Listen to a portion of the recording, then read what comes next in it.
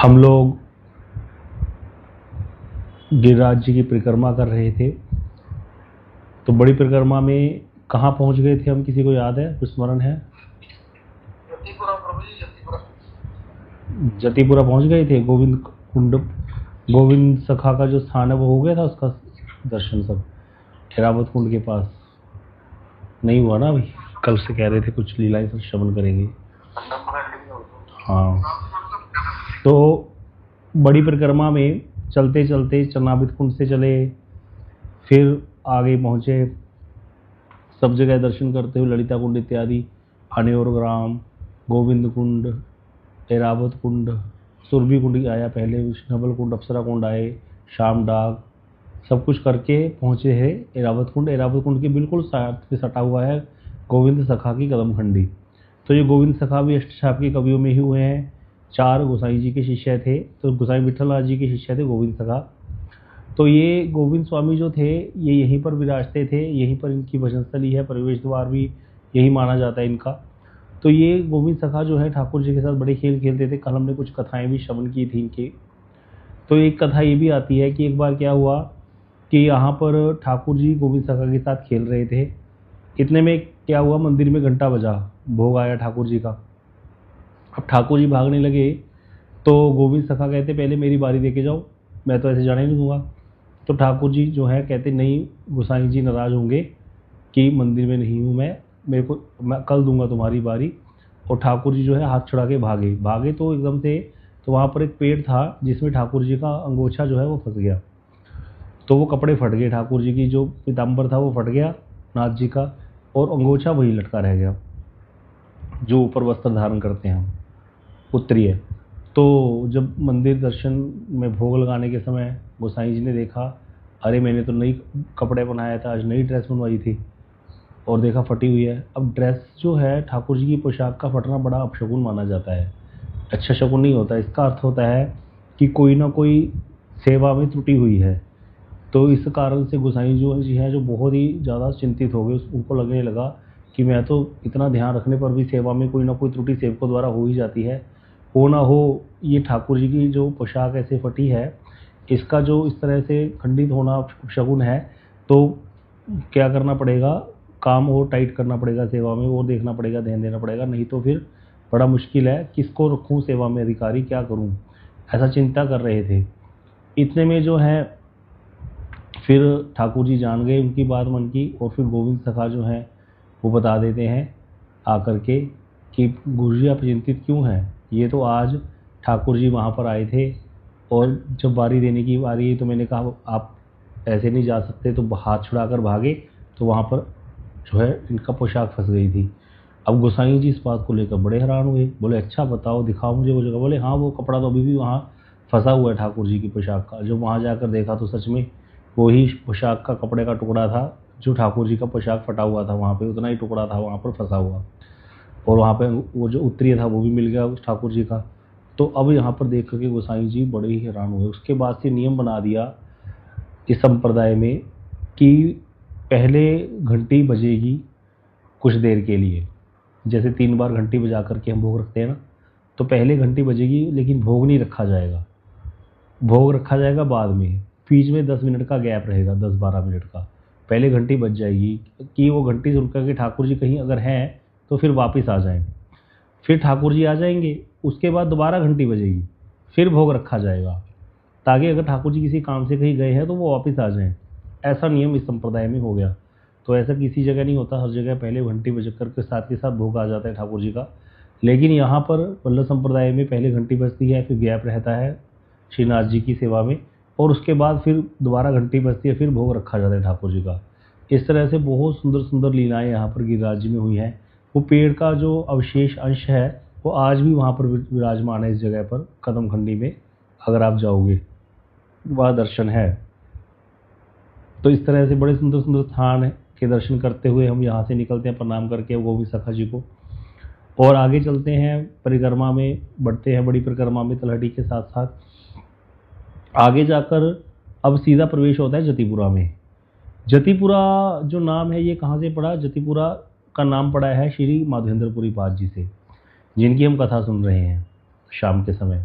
माधवेंद्रपुरी पाद जी को ही जति बोलते थे।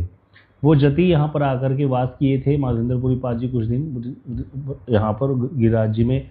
उनकी कृपा से श्रीनाथ जी का प्रकट्य हुआ था, तो इसीलिए जति अर्थात सन्यासी, जति सन्यासी को बोलते हैं।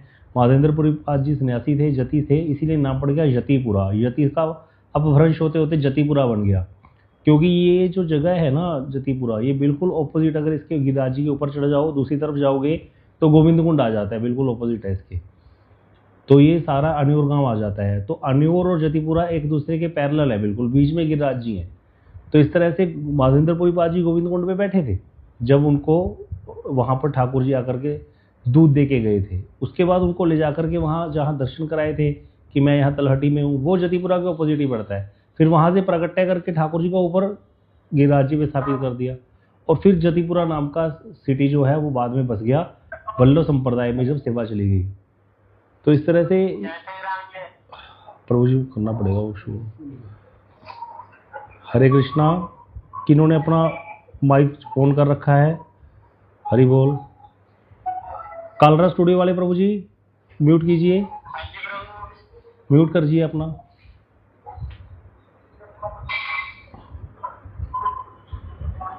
बहुत डिस्टर्बेंस आ रही है।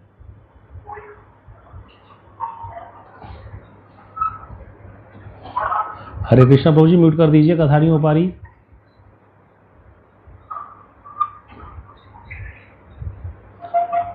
तो जतिपुरा इसका नाम पड़ गया गांव का। और अब क्या हुआ कि ये जो जगह है यहाँ पर वल्लभ संप्रदाय के पास आ गई बाद में सेवा। तो बाद में वल्लभ संप्रदाय के जो लोग हैं वो यहाँ पर आकर उन्होंने हवेलियाँ बनाई बहुत। तो ये स्थान आज सारा वल्लभ संप्रदाय का गढ़ है जतिपुरा जो है। जतिपुरा में आप आज भी जाओगे ना तो वहाँ पर आपको इतनी बंद हवेलियाँ दिखेंगी, क्योंकि जिस समय कभी यहाँ किसी समय जब ठाकुर जी थे, श्रीनाथ जी यहाँ विराजते थे, तो स्थान का वैभव और किसी जगह का वैभव इतना नहीं हो सकता जितना स्थान का वैभव था। इतना बड़ा वैभव था यहाँ का, इतनी बड़ी बड़ी हवेलियाँ आज भी विद्यमान है। आप कभी जतिपुरा में अंदर घुस के देखना, जो वो बाजार है इधर साइड में गिरिराज जी के सामने, पुरानी पुरानी बड़ी बड़ी हवेलियाँ हैं वल्लभ कुल की। लेकिन इस कुल में भक्ति में थोड़ा फर्क पड़ गया, उस तरह से नहीं रही भक्ति आज। उसका कारण एक ही था कि वल्लभ कुल में श्री गोसाई विठलनाथ जी और श्री वल्लभाचार्य जी का विवाह हुआ था, ठाकुर जी की इच्छा से हुआ था। लेकिन वो तो साक्षात यशोदा जी थे, वो तो अलग बात है। लेकिन आगे जाकर के यहाँ पर नियम ही बन गया, सभी विवाह ही कराते हैं जितने इनके आचार्य हैं। वो विवाह आसक्ति का कारण होता है, बंधन का कारण होता है। तो अभी इसीलिए सेवा उस तरह से भाव से सेवा नहीं कर पाता एक गृहस्थी व्यक्ति, जितनी भाव से सेवा एक विरक्त कर पाता है। ये नियम रहेगा ही हमेशा। तो इसीलिए यहाँ थोड़ा फर्क पड़ गया। लेकिन वैसे फिर भी आज भी अगर आप इन संप्रदायों के मंदिरों में जाकर देखोगे तो जैसी सेवा परिपाटी इनके होती है, अर्चन में तो इनकी मुकाबला कोई कर नहीं सकता। अर्चन में इस संप्रदाय का आज भी कहीं भी चले जाना। तो जतिपुरा में अगर आप जाते हो तो वहाँ जाते जैसे हम प्रवेश करते हैं ना, तो बीच में एक कमरा सा आता है, किसी ने देखा होगा। तो वो कमरा क्या है, वो वल्लभाचार्य जी की बैठक है। उसके पीछे एक पेड़ है, छोटी सी जगह से निकल के जाते हैं, वहाँ पर भी गोसाई विठलनाथ जी की बैठक है। तो दोनों की बैठक है, वल्लभाचार्य जी की बैठक, गोसाई जी की बैठक है। और उधर सामने जहाँ गिरिराज जी में दूध चढ़ता है, वहीं पर गिरिराज जी ने प्रकट होकर के वल्लभाचार्य जी को आलिंगन किया था। तो यहीं पर गिरिराज जी ने प्रकट होकर के दर्शन दिए थे वल्लभाचार्य जी को। और अगर ध्यान से देखिएगा तो यहीं पर आपको साइड में ना एक पिलर सा दिखाई देगा गोल, उस पर स्विच विच भी लगा रखे हैं आजकल इन लोगों ने। वैसे वो जगह जो है वो क्या है, पिलर, वही गोसाई विठलनाथ जी का प्रवेश द्वार है। लास्ट समय में गोसाई विठलनाथ जी भी जब नित्य लीला में प्रविष्ट हुए तो गिरिराज जी में सीधा प्रवेश कर गए थे यहीं पे एज इट इज। और जैसे ही गोसाई जी प्रवेश कर गए, उनके जो शिष्य थे गोविंद सखा जिनको बोलते हैं, गोविंद स्वामी जी, वो भी साथ के साथ ही गिरिराज जी में उनके पीछे प्रवेश कर गए थे। इस तरह से वो भी अपने गुरु जी के पीछे अनुगमन कर गए थे। तो ये जो जगह है वहाँ पर जतिपुरा में, ये गोसाई जी का प्रवेश द्वार है। तो अब तक हमने कुम्मन दास जी का प्रवेश द्वार, सूरदास जी का, कृष्णदास जी का, परमानंद दास जी का और छीत स्वामी जी का 5 हो गए, और छठे गोविंद स्वामी जी का 6 हो गए, और 7वें गोसाई विठलनाथ जी का। ये सारे यहीं पर समा गए बड़ी परिक्रमा में गिरिराज जी में। यहीं पर सारी सेवा की, यहीं पर लाड़ लड़ाए ठाकुर जी के साथ, यहीं सारी लीलाएं हुई, यहीं पर गिरिराज जी में समा गए। नित्य लीला यहीं चल रही है आज भी सारा कुछ। तो इस तरह का ये गिरिराज जी का यहाँ का ये महिमा है, जहाँ पर अष्टशाक्य कवियों द्वारा ऐसे सेवा पूजा हुई है। उसके बाद यहाँ से थोड़ा आगे चलते हैं हम प्रणाम इत्यादि करके, तो आगे जाकर के एक शिला आती है जिसका नाम है, जिस पे लिखा है, गिरिराज जी की शिला है जिस पे लिखा है श्रीमन वल्लभाचार्य प्रवेश द्वार, श्रीमन महाप्रभु का तेज पुंज प्रवेश द्वार। तो वो क्या है, जहाँ पर श्री वल्लभाचार्य जी ने शरीर छोड़ा था काशी में, हनुमान घाट पर विराजते थे, काशी में हनुमान घाट है, तो हनुमान घाट पर शरीर छोड़ा, लेकिन उनके शरीर से एक ज्योति निकली जो चल करके मार्ग, आकाश मार्ग से होते हुए गिरिराज जी पहुंच गई, और गिरिराज जी में एक शिला थी यहाँ नीचे, उस शिला में जाकर के समा गई। तो क्योंकि बाकी सारे भी गिरिराज जी में ही प्रवेश किए, तो वल्लभाचार्य जी का तेजपुंज भी यहीं आकर प्रवेश किया था गिरिराज जी में। तो यहाँ पर वहीं पर वल्लभाचार्य जी का भी तेजपुंज प्रवेश द्वार है, वहाँ पर भी परिक्रमा करते हैं 4 सब लोग। उसके बाद वहाँ से प्रणाम करके आगे थोड़ा सा चलते, साथ में सटा हुआ है ऊपर जाने का रास्ता, जहाँ पर श्रीनाथ जी का मंदिर आज भी। यहाँ पर गौड़ीय वैष्णव और निबार संप्रदाय के वैष्णव चढ़ते नहीं हैं, ओनली वल्लभ संप्रदाय के वैष्णव ही चढ़ते हैं गिरिराज जी पे, वो भी सेवा के लिए। अकारण वो भी नहीं कभी गिरिराज जी पर पैर रखते। अगर किसी को सेवा के लिए जाना है तो जाते हैं, और अन्य लोग दर्शन करने वाले भी इनकी संप्रदाय के जाते हैं गिरिराज जी के ऊपर, क्योंकि मंदिर ऊपर ही विराजमान था। तो आज वहाँ पर मंदिर उस तरह से नहीं है, क्योंकि विग्रह तो ठाकुर जी का यहाँ से जा चुके नाथद्वारा में, लेकिन वहाँ पर चित्रपट रखा है ठाकुर जी का बहुत बड़ा। छोटे होते हम गए हुए हैं, जब हम मठ से नहीं जुड़े थे तो हम बहुत जाते थे ऊपर, बहुत खेले हैं ऊपर जाके, बड़ा आनंद आता है वहाँ पर। तो बहुत प्राचीन मंदिर है। आगे शुरू में ही मंदिर में घुसते ही ना बड़े बड़े वो बने हुए हैं घड़े, वो बीच में फिट हैं दीवारों के। तो वहाँ पर घड़ों में किसी में तेल भरा होता था, किसी में यमुना जी का जल, रोज यमुना जी के जल से ही ठाकुर जी का स्नान होता था श्रीनाथ जी का।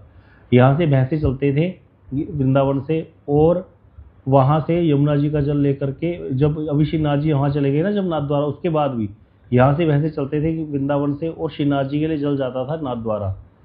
यमुना जी के लिए वैसे चलते ही रहते थे यमुना जी का जल, कुछ रास्ते में चल रहे हैं, कुछ पहुंच गए, कुछ आ रहे हैं, कुछ जा रहे हैं, कुछ चल पड़े ऐसे। फिर बाद में एक बस चली, जब बसें चल पड़ी, जो बस से पानी यमुना जी के जाने के लिए घड़ा, शुरू में बस के शुरू में इंजन भी फिट कर रखा था ऊपर, इस घड़े में ठाकुर जी के लिए जल जाता था यमुना जी का। जब यमुना जी का जल बहुत ही दूषित हो गया, सिर्फ नाला ही रह गया दिल्ली का, सारा पता किया जब, तब फिर जाना बंद हो गया कुछ साल पहले। पहले एक समय तक तो श्री नाथ द्वारा यहाँ से स्पेशल बस चलवाई गई थी सरकार द्वारा, क्योंकि यमुना जी का जल पहुँचाना बहुत जरूरी होता था नाथ द्वारा। तो यहाँ से वृंदावन से बस जाती थी रोज सवेरे बस स्टैंड से। ऐसी ऐसी यहाँ पर लीलाएं हुई हैं। इतना ये स्थान जो है महत्व रखता है गिरिराज जी में, श्रीनाथ जी का जो मंदिर है। उसके बाद तो नाथ द्वारा चले गए भगवान श्रीनाथ जी। तो इस तरह से यहाँ पर बड़ी सेवा पूजा होती थी। ऊपर जो मंदिर है वहीं पर सुरंग भी है, जहाँ से रास्ता जाता है श्रीनाथ द्वारा को, जहाँ से ठाकुर जी आज भी शयन के लिए यहीं आते हैं वापस। वहाँ शयन आरती नहीं होती, वो मंदिर 5:30-6 बजे बंद हो जाता है श्रीनाथ द्वारा का शाम को। उसके बाद वहाँ से ठाकुर जी यहाँ आ जाते हैं गिरिराज जी में, और शयन यहीं करते हैं। जब जाने लगे कृष्ण नाथ द्वारा जाने लगे, तो सारे जो ब्रजवासी रोने लगे, बोले आपने तो कहा था ब्रजवासी वल्लभ सदा, मेरे जीवन प्राण इन्हें ना बिसारियो मोहे नंद बाबा की आन, कि मैं ब्रजवासियों को छोड़ूंगा नहीं, लेकिन आप तो जा रहे हो अपनी कसम तोड़ करके। तो भगवान कहते देखो, अगर कोई व्यक्ति एक जगह कहीं जा करके वापस आ जाए तो उसको कहाँ का रहने वाला बोला जाएगा, जहाँ वो वापस आता है। किसी व्यक्ति की जॉब लग गई 50 किलोमीटर पे, वो 50 किलोमीटर जॉब करने चला जाता है, शाम को वापस आ जाते हैं, तो रहने वाला तो जहाँ से जाता है वही वाला बोला जाएगा ना। अगर वहीं जाके बस जाए तो फिर बोला जाएगा वहाँ रहने लग गया। तो इसीलिए जब मैं वापस रात को रोज यहीं आऊँगा कहते, तो इसीलिए मैं यहीं के रहने वाला हूँ, मैं जा नहीं रहा, मैं तो सिर्फ एक काम से जा रहा हूँ, एक तरह से ये समझो।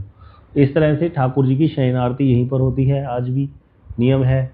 लेकिन हम लोग तो ऊपर चढ़ते नहीं, इसीलिए। लेकिन जब रूप गोस्वामी पाद जी के मन में, लोकनाथ गोस्वामी पाद के मन में कथा एक बार इच्छा हुई थी, तो फिर ठाकुर जी ने लीला करी थी, मंदिर में हमला कराने की बात फैल गई, और ठाकुर जी 1 महीने के लिए मथुरा आए थे। आज भी मथुरा में सतघड़ा मोहल्ला है, कभी पता कर लेना, तो वहाँ पर विट्ठलेश्वर जी की, विट्ठलनाथ जी की बहुत बड़ी हवेली है, वहीं पर ठाकुर जी विराजे थे श्रीनाथ जी। और 1 महीने तक श्री 6 गोस्वामियों ने, श्री लोकनाथ स्वामी जी ने, सबने वहाँ पर आकर ठाकुर जी के साथ बहुत कथा कीर्तन किया था, लाल लड़ाए थे, फिर ठाकुर जी द्वारा वापस चले गए थे।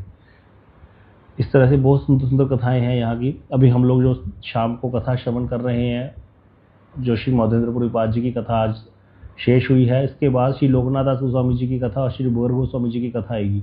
तो उसमें यही सब कथाएं आ रही हैं, कैसे ब्रज का प्रागट्य होता जा रहा है। अभी तक तो पहले ब्रज का इतिहास सुना शाम को हमने, फिर उसके बाद मौदेंद्रपुरी पाद जी के द्वारा श्रीनाथ जी का प्रागट्य हुआ है। उसके बाद अब लोकनाथ गोस्वामी जी ने कैसे कैसे लीला शैलियों को प्रकट किया, वो सारी कथा श्रवण करेंगे, कैसी उनकी भजन परिपाटी थी। फिर रूप गोस्वामी, सनातन गोस्वामी, ऐसे एक एक करके महाप्रभु जी के कितने ही जन आए, उन्होंने सारे वृंदावन को प्रकट कर दिया। ये जो अभी वृंदावन का स्वरूप हमको नजर आ रहा है, ये सब महाप्रभु जी की ही देन है, चैतन्य महाप्रभु जी की। तो इस तरह से ये सारी कथाएं हमने श्रवण कर रहे हैं। वल्लभ संप्रदाय के आचार्यों ने भी बड़ा योगदान दिया, कैसे अष्टाप के कवियों ने ठाकुर जी के साथ इतनी लीलाओं के पद लिखे हैं, ये सारी कथाएं हमने श्रवण करी हैं। तो इस तरह से ब्रज को जानने का अवसर हमें प्राप्त हो रहा है वैष्णव कृपा से। अब आगे यहाँ पर जब हम जाते हैं तो ये सारा प्रणाम करके अब निकल जाते हैं, तो तलहटी में ही अंदर अंदर से आगे बढ़ते हैं तो कुछ ज़्यादा स्थान नहीं आता। लेकिन अगर बाहर से परिक्रमा करते हैं, क्योंकि अंदर से परिक्रमा करोगे तो कुछ नहीं, सीधा जाके फिर एक जगह पे जाके परिक्रमा खत्म हो जाती है, बस बड़ी परिक्रमा। लेकिन अगर आप बाहर से परिक्रमा करते हो, परिक्रमा मार्ग से, मतलब तलहटी को छोड़ करके जतिपुरा से बाहर निकल जाते हो, तो जतिपुरा में एक रुद्रकुंड है, जतिपुरा में ही पड़ता है वो। रुद्रकुंड पे क्या हुआ था, शंकर जी के मन में लालसा आ गई थी पूरी लीला देखने की, गिरिराज जी धारण किए जब कृष्ण ने। ये गर्ग संहिता में कथा आती है। तो शंकर जी ने जटाएं बांध ली और चल पड़े हैं। पार्वती जी भी ललायित होगी, बोली मैं भी साथ में जाऊंगी। सारे गण शंकर जी के जाना चाहते हैं, वो सारे भी साथ में तैयार हो गए। तो सबको लेकर के शंकर जी चले हैं। और यहाँ पर आकर के जब गिरिराज जी में ठाकुर जी को देखा, गिरिराज धारण करके खड़े हैं, ब्रजवासी मंगल गीत गा रहे हैं, इतना सुंदर वातावरण। और शंकर जी जो है वो बीच में नहीं घुसे अंदर जाकर के बिल्कुल, क्योंकि उनको पता था कृष्ण मेरे सम्मान में अनेक प्रकार के चीज़ों में लग जाएंगे, तो इसीलिए व्यवधान होगा। इसीलिए दूर से खड़े होकर के, यहाँ सामने खड़े होकर के ही सारी लीला का शंकर जी ने दर्शन किया है। तो वो रुद्रकुंड है, बड़ा ही विशाल है। अगर बाहर से परिक्रमा करते हो तो आता है रुद्रकुंड, तो वहाँ जरूर दर्शन करने चाहिए। तो यहीं पर खड़े होकर के शंकर जी ने सारी लीला के दर्शन किए थे रुद्रकुंड पे ही। रुद्रकुंड के बैक पे थोड़ा पीछे और चले जाओगे तो वहीं पर चतुर्भुज दास जी, कुम्मन दास जी के पुत्र, अष्टछाप के सबसे छोटे लास्ट जो कवि थे चतुर्भुज दास जी, उनकी यहाँ प्रवेश द्वार है चतुर्भुज दास जी का। चतुर्भुज दास जी लीला में वहीं प्रवेश किए थे गिरिराज जी में, तो वहाँ पर भी जरूर जाना चाहिए, प्रणाम कर सकते हो। इस तरह वहाँ प्रणाम कर लेते हैं, रुद्रकुंड पे प्रणाम कर लो। और यहीं से गुलाल कुंड को रास्ता जाता है। अगर आपके पास स्कूटर इत्यादि है, रिक्शा ले लो। गुलाल कुंड पे होली लीला हुई है। यहाँ पर ललिता सखी ने और सखियों ने ठाकुर जी का राधा जी के साथ गठजोड़ा कर दिया था, गांठ बांध दी थी, पीछे से पल्लू बांध दिए दोनों के। और इस तरह से यहाँ पर ये लीला हुई है बड़ी सुंदर, राधा जी और कृष्ण की। गाठोली इसीलिए बोलते हैं इस गांव को। यहाँ पर होली गुलाल कुंड है और होली लीला भी यहाँ पर होती है। चैतन्य महाप्रभु जी ने आकर के इसका प्राकट्य किया था। तो बड़ा सुंदर स्थान है गुलाल कुंड। आप जाओगे तो मन ही मुग्ध हो जाएगा दर्शन करके। बड़ा ही सुंदर स्थान है, बहुत बड़ा कुंड बना हुआ है। तो गुलाल कुंड पे भी प्रणाम कर लो।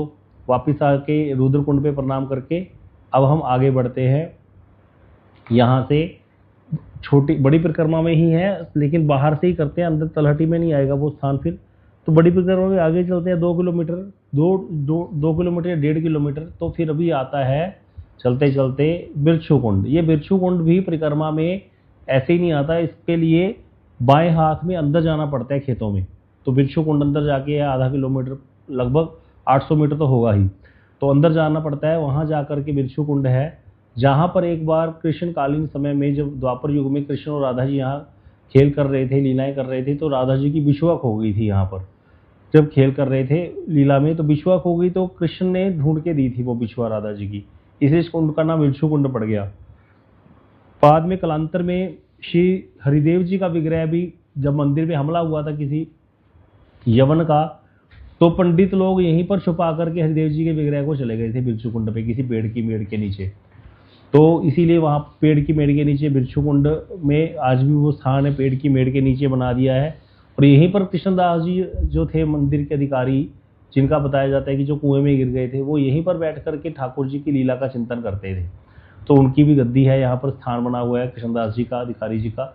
और यहीं पर वो पेड़ जिसके नीचे ठाकुर जी का प्रकट्य हुआ था, वो स्थान भी दिखाया है। पहले यहाँ कुछ नहीं होता था, जब पहले हमें बाबा लेके जाते थे यहाँ कुछ नहीं होता था, एक पुराना सा मंदिर था, वो भी बंद रहता था। लेकिन अब इन लोगों ने बहुत सुंदर, जैसे कथाएं हुई, प्रचार हुआ, तो वहाँ बहुत सुंदर स्थान बना दिया है, बहुत बढ़िया बैठक बना दी।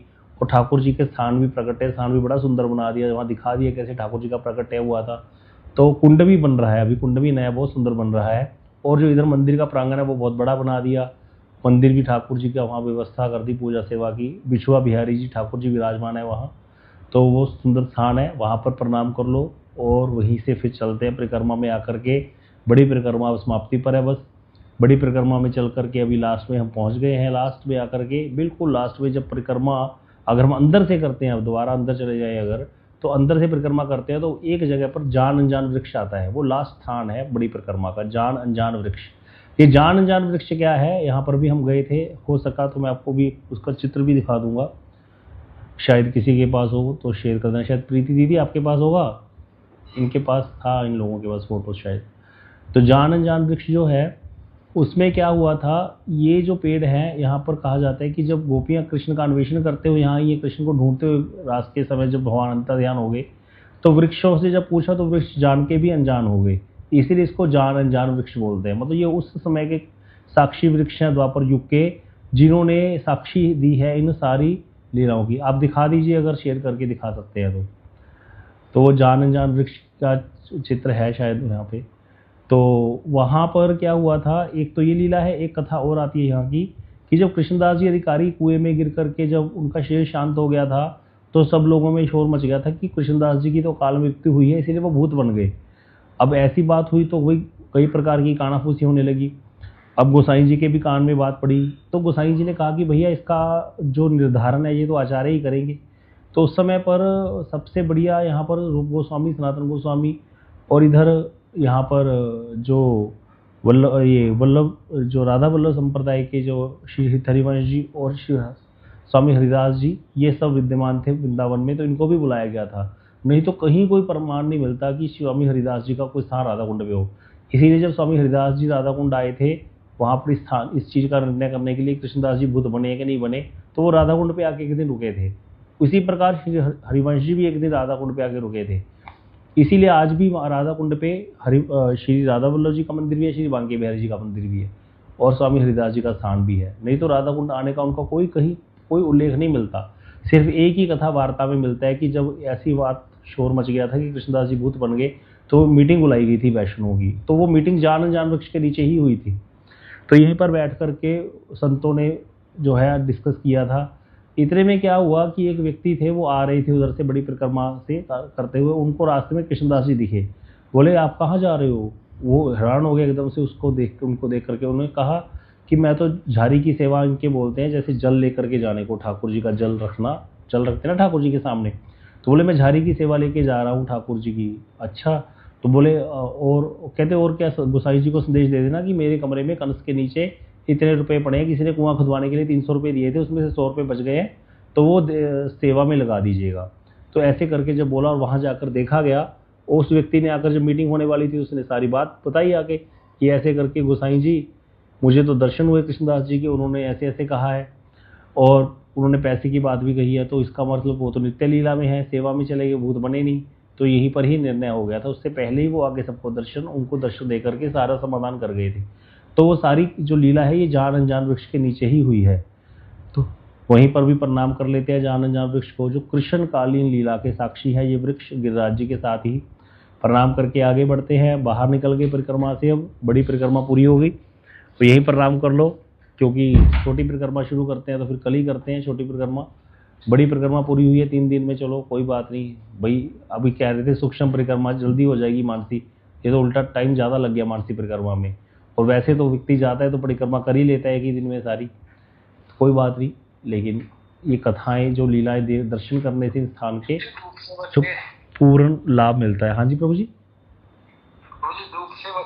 हाँ धूप तो बच गए, सब प्रकार से बच गए। मुझे कथा तो सुनने को मिली है ना, धूप से तो रात में भी बच जाता है व्यक्ति, रात को परिक्रमा करने जाए, कोई ऐसी बात नहीं है। पर जरूर करनी चाहिए ऐसे परिक्रमा, मानसी परिक्रमा का बड़ा लाभ होता है। एक बार मुझे याद है हम परिक्रमा करने निकले और एक व्यक्ति मेरे साथ थे, मुझे तो बड़ा ही शौक था कि मैं सारे लीला सलियों के दर्शन करूं, तो वो मुझे दर्शन कराने ले गए। अब क्या होता है कि अब आप परिक्रमा में जा रहे हो तो एक मूड होता है आपका। ये देखिए जान अनजान वृक्ष है, दीदी ने शेयर किया ना, यहाँ पर अब सभी लोग गए थे अभी मार्च के महीने में, तो बड़ा आनंद आया था यहाँ पर। उस दिन हम गुलाल कुंड भी गए थे और रुद्र कुंड गए थे। तो ये जान अनजान वृक्ष का चित्र है, जहाँ पर सब वैष्णव जब आए थे हमारे साथ, तो वहीं पर ये बैठ करके ये फोटो खींची हुई है जान अनजान वृक्ष के आगे। ये बिल्कुल बड़ी परिक्रमा जहाँ खत्म होती है अंदर से ना, यहीं से हम मुड़ते हैं बाहर को थोड़ा सा, बस आपको दिख जाएगा। वहाँ पे कुछ ही वृक्ष है जिनके आगे हाँ जी, जहाँ से छोटा सा शिवलिंग है वहीं पे है, शायद वही है, हाँ वही है। उससे थोड़ा पहले है थोड़ा, ये शायद वहाँ लिखा हुआ आपको दिख जाएगा, लिखा हुआ जान अनजान वृक्ष, ऐसा लिखा हुआ दिख जाएगा। तो ये है वो स्थान। ये परिक्रमा लगभग खत्म है, यहाँ पर जस्ट 300-400 मीटर रह जाती है यहाँ से, ज़्यादा नहीं है बस। तो इस तरह से बड़े सुंदर सुंदर स्थान हैं। और मैं क्या बोल रहा था याद, हाँ मैंने कहा एक बार हम गए थे तो क्या हुआ कि वो मुझे सब स्थान दिखाने चले गए। अभी आज हमने कई स्थान डिस्कस नहीं किए बड़ी परिक्रमा में। तो अगर आप अनेर गांव के अंदर चले जाते हो तो वहाँ और भी बहुत पुराने पुराने स्थान हैं। तो वो मुझे दिखाने ले गए, प्रभु जी थे एक साथ में, वो गुजरात के थे, उनको तो बहुत कुछ पता था। जब मैं हम गए तो इतना थक गए कि मतलब वो अंदर दर्शन करते करते परिक्रमा तो रह ही गई, फिर बस दर्शन, फिर मैंने उनको बोला भैया परिक्रमा छोड़ ही देते हैं क्योंकि परिक्रमा में तो ऐसे 10 घंटे लग जाएंगे। तो फिर हम ऐसे ही सारे स्थानों के दर्शन किए और बस वापस आ गए, क्या करते। तो इस तरह से वैष्णव के साथ दर्शन करके बड़ा लाभ मिलता है। और फिर बाद में जब आप इतने दर्शन कर लेते हो अच्छे से, और बाद में जब आप कभी परिक्रमा करते हो तो अपने आप मानसिक दर्शन आपका चलते चलते होता जाता है। माला भी चल रही होती है, साथ में दर्शन भी उन स्थानों के होते रहते हैं आपके मानसिक, और आप अपनी परिक्रमा कर लेते हो 2.5 घंटे में आराम से अकेले। नहीं तो फिर व्यक्ति किसी का साथ ढूंढता है, लेकिन गिरिराज जी में परिक्रमा अकेले करने में ज़्यादा लाभ है। अगर आपने सारे दर्शन किए हुए हैं तो अच्छा लगता है, फिर आनंद आता है। आराम से अपना भजन करते रहो और साथ में सारी लीला सलियों का स्मरण करके आप चलते रहो, बस आराम से परिक्रमा हो जाती है बड़ी परिक्रमा। तो इस तरह से है। छोटी परिक्रमा हम कल से शुरू करेंगे। अभी कुछ खा पी लो सब लोग, क्योंकि परिक्रमा खत्म होती है तो बड़ी परिक्रमा खत्म होने पर कई लोग खाते पीते हैं, फिर ही छोटी परिक्रमा में घुसते हैं। गौर प्रेमानंदे हरि हरि बोल। वांछा